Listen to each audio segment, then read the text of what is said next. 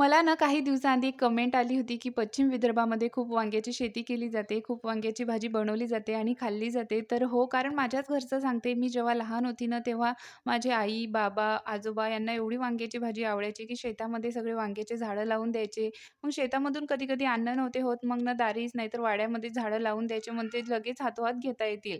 आणि ती सवय मला लागली, कारण मला पण वांग्याची भाजी खूप आवडते. म्हणून मी सुद्धा दारी वांग्याची झाडं लावलेली आहेत, कारण नवरोबाला वांग्याची भाजी आवडत नाही आणि ते बाजारातून मग जास्त विकत आणतच नाहीत. पण ही मात्र बाजारातलीच आहे, कारण दारच्या वांग्यांना अजून फुलंच आहेत. जुनी जी झाडं होती ना, ती उन्हाळ्यामध्ये खराब झाली म्हणून ती आम्ही काढून टाकली आणि आता नवीन लावलेली आहेत. आता त्याला सध्या फुलंच आहेत. त्याला जेव्हा वांगी लागतील मी तुम्हाला नक्की दाखवेन.